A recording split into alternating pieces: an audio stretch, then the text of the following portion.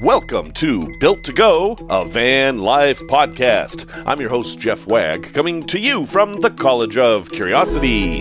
This time it's episode 199.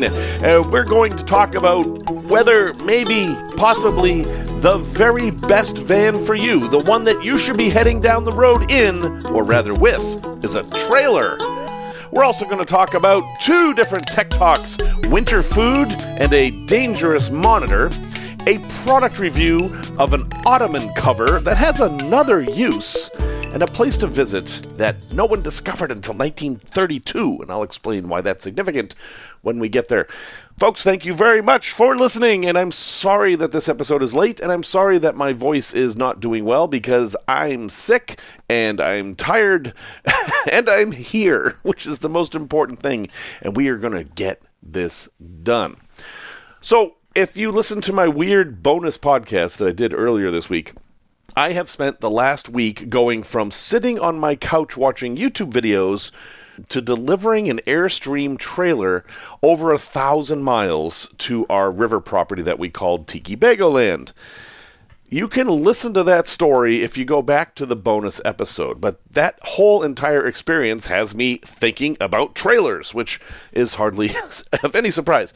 And no, folks, I am not giving up van life and becoming an Airstream princess or anything like that. That is not what's happening here. This Airstream is basically going to serve as a tiny house for us on our river property. However, if you are somebody who travels around in an Airstream, can you be said to be doing van life? Well, I've always been a believer in the big steel, or in this case, aluminum tent, that van life has room for everybody. As long as you're traveling and living in a vehicle, heck, you can be part of van life. I mean, last time I did an actual real episode, I talked about schoolies, school buses. They're not vans. So if they're part of van life, I think trailers can be too. Now, I think an Airstream is maybe not the best example of this, but anyway, let's talk about the realities of why you should and shouldn't have a travel trailer or a camping trailer as your vehicle of choice if you want to hit the road. First, we actually have to make a distinction here, and this isn't a common distinction, but there are travel trailers and there are camping trailers. And the really basic difference between the two is how well they're built. And so far as I know, the only company that still uses the term travel trailer is actually Airstream. Airstream has this reputation of being very high quality, and mostly that is to justify their incredibly high price. Airstreams are very, very expensive trailers. But there are many other much, much less expensive trailers that can suit your needs, but many of them are called camping trailers. And part of that is that a camping trailer won't necessarily be suitable for all four seasons, where a travel trailer will. For example, and again, Airstream, because that's what I'm thinking about, they have heaters in their tanks. Their tanks are all enclosed. When you turn on the heat heats the tanks too, so you can use it in the winter down to, a reasonable temperature, maybe 25 degrees Fahrenheit or, -5 or so. You're not going to be doing too well in these things in -40, which is the one temperature I don't have to translate. But why wouldn't you consider a trailer? I mean, let's think about this. Let's say you're a dreamer, you're listening to this podcast and watching YouTube, and you're just like, oh, someday I want to have a van of my own so I can hit the road and see all this amazing stuff that everybody's seeing and be completely free and live on my own terms and all those wonderful things that van life offers us. Well, you can actually do that in a trailer. And it doesn't even have to be a big one. I mean, the truth is that with the exception of a canvas or nylon tent, trailers are the cheapest way to do this. Now, all right, step back here. Just living in your car is the cheapest way to do this, because in order to utilize a trailer for this, you do need to have a vehicle, okay? So that is a pro and a con, because you will always have a vehicle with you when you are doing trailer life, if we're going to call it that. But you will also always have just a vehicle with you. You can take all that weight and your living stuff and separate it. Basically, you have a towed always with you, except in this case, the towed is the tow vehicle, and what is being towed is your trailer. I said that very strangely, but I hope that makes sense. The advantage is that you can park all your stuff in a place and then have a much smaller vehicle to go exploring in. So, for example, if you want to do a lot of off-roading, well, yeah, that's a thing that van lifers do, but it's a little bit of a problem because the most off-road worthy vans are nowhere near as off-road worthy as, say, a Jeep or a pickup truck that's been configured to go off-road. So you have a compromise there. But if you have a trailer, well, you can tow it with a Jeep or a pickup truck and then take that off-road. And you don't have to worry about damaging, your bed, your sink, your toilet, your collection of CDs, or whatever the heck you have in there. So that is a big advantage. However, that's also a disadvantage, because if you have a van, and this is one of the things I really like about vans, it's all with you all the time. And, an example here is like, let's say you wanted to go out into the Striped Butte in Death Valley, which is a place I like to visit. Geologist's cabin is there. I really like that. It's just an interesting space to be. There's a spring that's full of bees and frogs. I don't know how the frogs got there. There are burrows. It's a nice place to be. You would not want to tow your trailer out there unless you've got a super off-road trailer, which they do make some pop-up trailers and some teardrops that are really rugged. This isn't the kind of place you want to take your trailer, but you can easily get out there in any four-wheel drive vehicle or any high-clearance vehicle. It doesn't even have to be four-wheel drive. The problem is, where do you put your trailer when you head out there?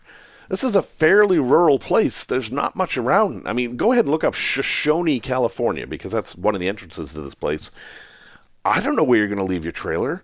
I mean, you could leave it at the trailhead, but leaving an unaccompanied trailer at a trailhead doesn't sound like a great idea to me. So that is a disadvantage for trailers, is that in order to use your vehicle without the trailer, you have to leave your trailer behind. It's easy if you've got a campsite set up, but if you don't, that can be a problem. And before we get too far, let's talk about the largest, biggest, hugest advantage to trailers, and that is they're cheap. They're cheap. For $10,000, you can get a perfectly serviceable trailer that has a bathroom and a shower and a table and a stove and a furnace. All that stuff. It probably will work, maybe, and it's only $10,000. So if you have a vehicle that can tow a couple thousand pounds, you are $10,000 away from having the complete package. That's a lot more difficult to do with any other type of vehicle. Like if you're going to do a van or buy a Skookie, yeah, you could do it for $10,000, but you have to do all the work. In this case, it's just done for you. You just hook it up. However, if you are driving with a trailer, you will notice that it is a lot different than just driving your car. So I'm in an interesting situation right now, right? I bought a Ram 1500, a 2018 Ram 1500 with a 5.7 liter V8 Hemi in it, because, you have to emphasize the Hemi for some reason. It is a great truck. I like it a lot. I just drove it a couple hours yesterday, and at highway speeds, I got about 25 miles a gallon in this gasoline truck. It is a lot cheaper per mile for me to drive this truck than it is to drive my Sprinter, my camper, my ambulance that I've been building out forever. And it's a lot cheaper. It's like 25% cheaper. That's even more than that, I think. I'll have to do the math, but I'm not going to do it right now. However, when I hook the trailer up to that, I get 10 miles a gallon. Trailers can significantly reduce your gas mileage. So doing a lot of miles towing a trailer is not as pleasant or as cost-effective as doing a lot of miles in a van or some other built-out vehicle. So I'm in this weird situation where if I build out my truck to be a little truck camper, then it will be a lot cheaper than driving my Sprinter, and I won't have as much. Anyway, I'm getting far afield here, but it is tricky. You have to decide what your priorities are and then pick the best vehicle for you. And of course, one of those priorities is money. Trailers win there. Trailers also win on space. You're going to have a lot more space in a trailer than you're going to have in a van. I mean, unless you get the tiniest little trailer. But honestly, even my Scamp 13 has more space in it than my Sprinter. And that was a $5,000 trailer. It's a big space, and I can tow it with anything. I mean, I tow that with the Sprinter. I'll tow it with the truck now. But you can tow that with almost any car. It only weighs about 1,200 pounds. However, and this is true for just about everything that's not a self-build, they don't build stuff really well. I mean, this Airstream that is supposed to be the highest build quality ever, I mean, it's good. It's pretty good quality, but, when I opened the door after getting to where I was going, the vents had fallen down out of the ceiling, some of the drawers were open, one of the walls is loose, there's water mysteriously coming from the faucet even though the pump isn't on and there's no pressure in the system. I don't know what that's about. I haven't figured it out yet. I mean, it's an RV. And RVs just typically aren't built as well as bespoke custom vans that either you build out or a professional builder will build out. And I would love to see a comparison between, say, a Winnebago built-out van, a Class B, and a van built by a professional van builder who does nothing else. And I'm pretty sure the professional van builder is going to do a much better job. So when you get a trailer, well, you're dealing with that. You're dealing with stapled particle board and MDF and flimsy materials and stuff like that. So, which, is fine. But if you're going to spend a lot of time in these things, that stuff's going to wear out. Now, here is an option that kind of crosses all the worlds, and that is to get a utility trailer and build it out yourself. You can get a utility trailer for $4,000 or $5,000, single axle, just a trailer that you can stand up in, and it has nothing. It's just walls. And if you're lucky, it's lined with plywood, and you can do whatever you want with that.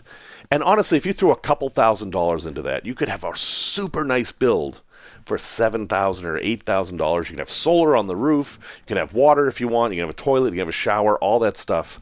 You just need a vehicle to tow it with. But it's a little risky because, and this is the last thing I will mention about trailers for this episode, driving them can be dangerous. Trailers make your vehicle unpredictable, especially if you build out your own trailer, because you're not an engineer, most likely. I mean, I'm sure there's an engineer or two listening to the podcast, but if you're not one of those two people, you don't really know how to do the weight distribution properly. I mean, you don't know how to do it in your van either, but it's much more important in your trailer. You have a tongue weight that has to have 10 to 20% of the weight of the entire vehicle up front. And you might know that. So you say, I'll put my batteries up there. I'll put my propane and water up there, which is where they are in most trailers, and that's why.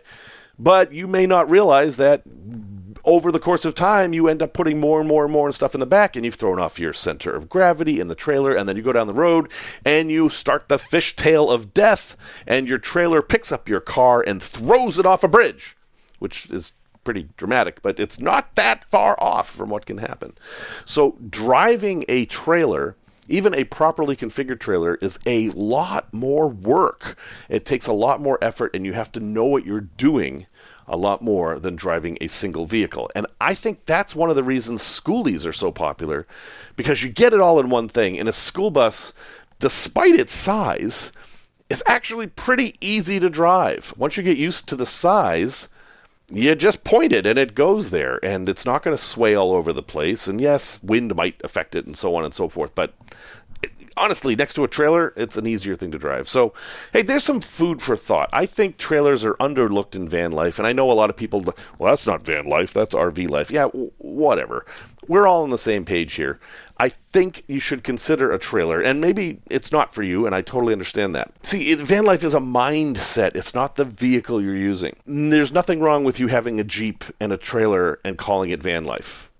Because it is. It's the same thing somebody in a built-out Sprinter is going to be doing. You're going to go out in the BLM land and set up camp and go hiking. I mean, that's van life. Oddly, what van life is the stuff that doesn't involve the van. It's stuff the van lets you do. And a vehicle and a trailer can do that for you as well. So, just a thought. Let me know what you do. Tech Talk. I'm going to give you 2 tech talks for this episode and no Tale from the Road, because I just did like an enormous Tale from the Road as a bonus episode. So we're going to do 2 tech talks. So I guess I should start with tech talk number 1. So I've recommended that there are certain kinds of food that you can leave in your rig over winter. Like, let's say you don't do van life in the winter. You're going to park your rig. And, you want to take out anything that's going to explode, right? So you don't want to leave any soda in there, any water, anything like that. But things like cans of soup and those Hormel complete meals and noodles and things like that, yeah, you can leave them in there because they're not going to explode. There's so much salt in those things that nothing happens. Glass containers, no, but basically all cans are fine. And honestly, I believed that, except now I have found a problem with them that was a little unexpected. This is a a humid climate problem. So I have been using my vehicles in the winter. So basically it's like 20 degrees out, but then, I'll fire it up and get everything warmed up and hit the road. I went to Florida and I've been staying in the Tiki Bago in the winter conditions. And I leave the food in there because I always like to have some food no matter what. And what I noticed is nothing exploded. Nothing bad like that happened. But the food did freeze. So I basically had these little cans of ice in there, which isn't a problem in and of itself. But as you heat the rig back up, you have all these little blocks of ice in your van. And they produce condensation. And then they rust. So I now have rusty can rings on my shelves in a couple of my vehicles. And those Hormel Completes, which if you've not seen these things, they're like TV dinners that don't need to be frozen. That's all they are. They're not very good, but they're very, very handy and very convenient. Well, those froze, and then as they unfroze, they got all damp, and their cardboard coverings got soggy, and I don't know why I never had this happen before. I mean, it's not the first year I've done this, but it's the first year I've noticed the impact, and it may be because of weather conditions or whatever. So, if you're going to store winter food, just be aware that this can happen. A simple solution is to put a napkin under all your food that you're going to store like that. That would absorb the moisture and you wouldn't have any problem. Or just take that off your list. Don't leave any canned food or anything squishy. Don't leave anything squishy in your van over winter. Spaghetti's not going to do anything except maybe attract rats. That's a whole separate problem. It doesn't care if it's frozen or not. It's not going to change. But anything with liquid in it, even if it won't explode, you can have the condensation problem. And, not a big deal, but still not a great thing either. Tech Talk number 2. This is a little bit of a strange one. And I should probably do a whole product review or something about this. But I want to mention it because I almost died. I'd rather I didn't die, and I'd rather you didn't die too, so I want to mention this. The Airstreams come with a rear view camera. So I know most vehicles now have a rear view camera, and most vans have them now, and if you don't have them, they're pretty easy to install. I've installed a bunch of them. But these wireless ones are actually pretty cool. So the Airstream has a wireless backup monitor. There's a camera permanently mounted to the back of the trailer. And then you have this wireless monitor that you bring into your tow vehicle and plug it into the cigarette lighter. And you press a button and it works. I mean, that's basically how it is. It's a little bit more complicated than that. But very clever, very simple. And it absolutely does what you would think. You turn it on and you see right out the back of the trailer. You would think that would be great. What a perfect safety thing. And that's what I thought too. And I thought, well, I might as well have it on all the time.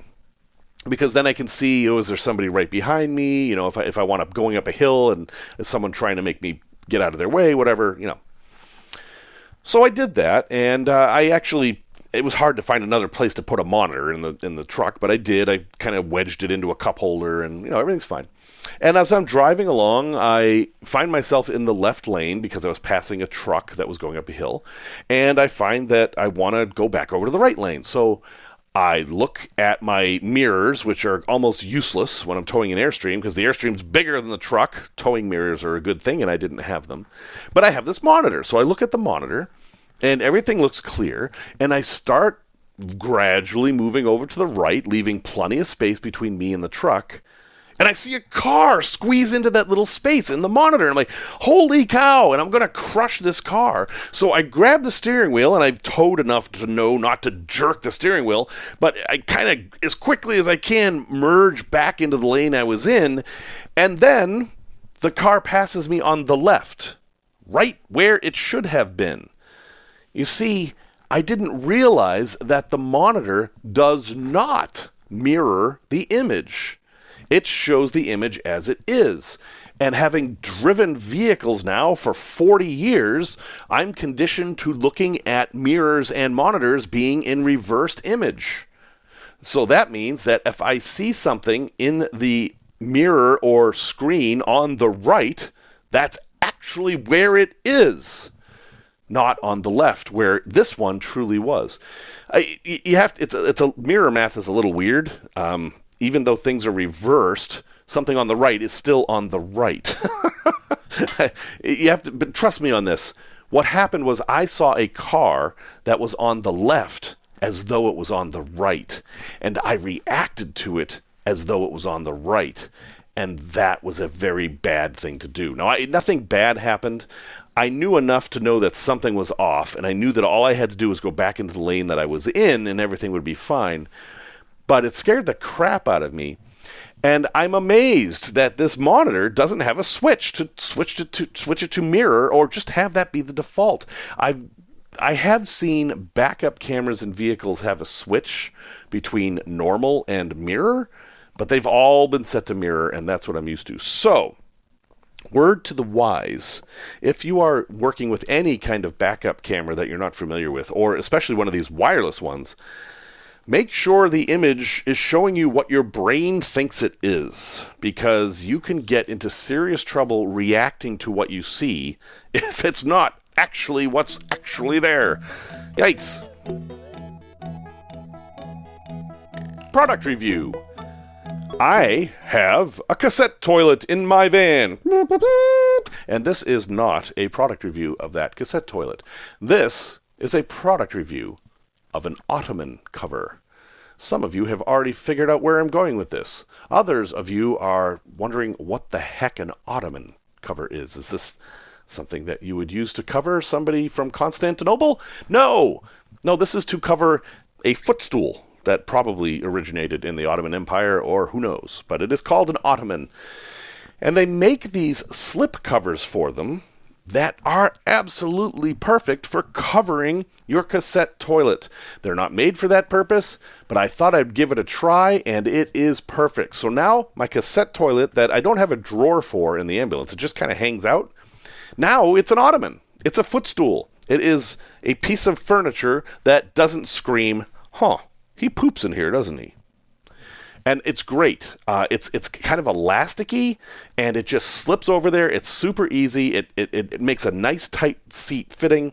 And I think if you wanted to, you could actually modify it by tacking in like a cushion into it. So then your cassette toilet would, or you just work on a composting toilet too. This would work on a composting toilet too. Basically anything that's kind of cube-shaped that you want to cover up. They come in all kinds of colors, but the size matters. There's 3 sizes, and the one I bought was small. So I'll give you the link. The name of these on Amazon, of course, is Bifenvogel. That's Bifaunvogel. Bifenvogel Ottoman cover, square velvet storage Ottoman slipcover, thick stretch footrest footstool, covers protector with elastic band, small, blue.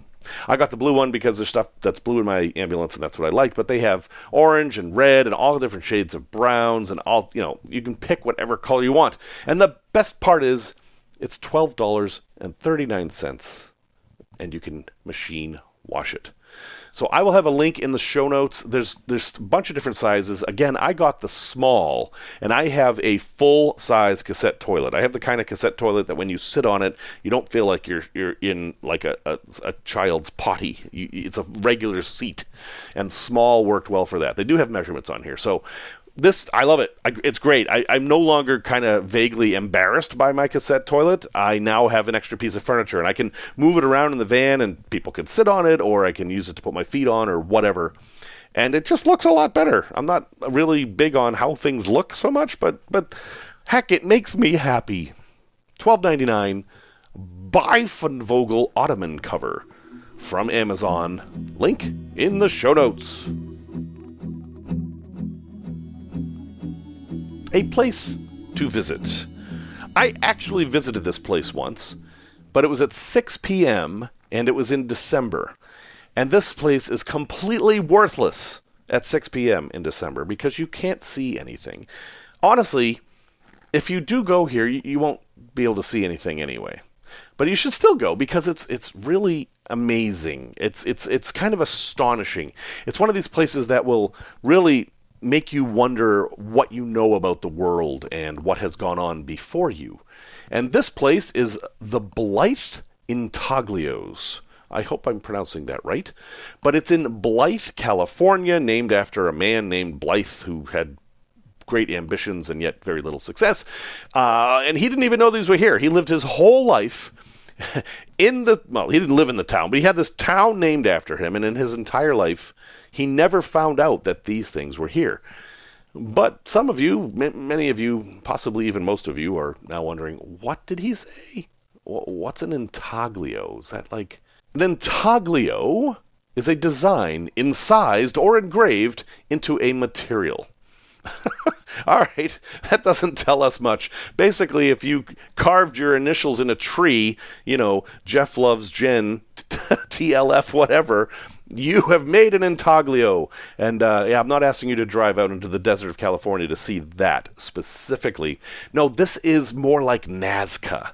The Nazca Plains, remember them? And all those amazing things that are carved in the desert that you can only see from an airplane. And von Daniken said that it was evidence of ancient astronauts because who else could see these? Clearly the native peoples were making these things so that the astronauts would know where to land. Or, maybe it was to please God, who was sitting on a cloud and deciding where to throw a thunderbolt and decide, oh, those people made me this nice hummingbird. I don't think I'll throw the thunderbolt at them. I don't know. But somebody, at some point, carved these eerie, gigantic human figures in the desert of Blythe, California. And another figure that is up for debate, and this is part of the fun. If you go there and visit this site with somebody, you get to have this discussion. There's two people and a horse. No, it's a dog. No, it's a deer. No, it's something else. Because if you can positively identify that animal as a horse, then you have a date. Because there were no horses in North America until European invasion. And that's not true. There were horses in America before the Ice Age. But by the time the Ice Age happened, all the horses were gone. And then the Europeans brought them back. So if that animal is a horse, it was either made before the Ice Age or after Columbus got here. And then it could have been made by anybody. It could have been made by a farmer, not necessarily the natives who lived in the area. Some offshoot of the Paiutes lived in the area. However, the current scholarship is that this is from the prehistoric period, which means we don't know who made it. And indeed, the Paiutes themselves say, yeah, we know they're there, but we didn't do it. So nobody knows who made these things. And they're enormous. And you can't see them from the ground. It wasn't until 1932 that a pilot flying between Las Vegas and Blythe saw these things. Imagine that. You're just flying along. What the heck is that? And when I say these things are huge, I mean they're huge. One of them is 171 feet long. That's 52 meters. And the only way you can see them is from the air. You can drive out there, and there's a little parking area. And you can walk around them. And fortunately, they're somewhat protected today. From the air, you can see that wasn't always the case. There's tire tracks across them. Some lovely person did donuts on one of the figures, whatever. But fortunately, most of it is still there. You just can't see it from the ground. But if you had a drone, and there is drone footage on YouTube, so people have done this. Again, check your local laws to see if you can legally fly a drone here. You get a really nice view of these things. And the drones also show that at some point in history, and I don't know when, but modern history, people kind of cordoned off the area. And you can see the difference in the area that's cordoned off versus the area that was just left to normal human use. It looks different. Now, these were made not by the piling up of rocks, as many of these are made, but these were made by digging. They actually dug into the earth, and that's why they're called intaglios. And it turns out they're not the only ones in the area. There are at least 200 in the area of all different shapes and sizes. I mean, and they're basically like petroglyphs, except they're dug into the ground. What's interesting is some of the patterns, though. I mean, I don't mean the patterns that were carved. I mean the patterns of what's found. For example, the only ones that depict humans are along the Colorado River. Now, why would that be? I don't know. It's interesting to think about. I do know that this area once flooded all the time, and these figures are carved at the highest point, like kind of on a mesa overlooking the river. So you imagine for native folks way back then, floods would have been the major events in their lives. I mean, their entire landscape would change from just barren desert to suddenly water everywhere. That had to make an impact on them. I mean, it makes an impact on us today. So maybe these are simply drawings to depict their awe at that event. A lot of researchers think they're for ceremonial purposes because that's kind of the default.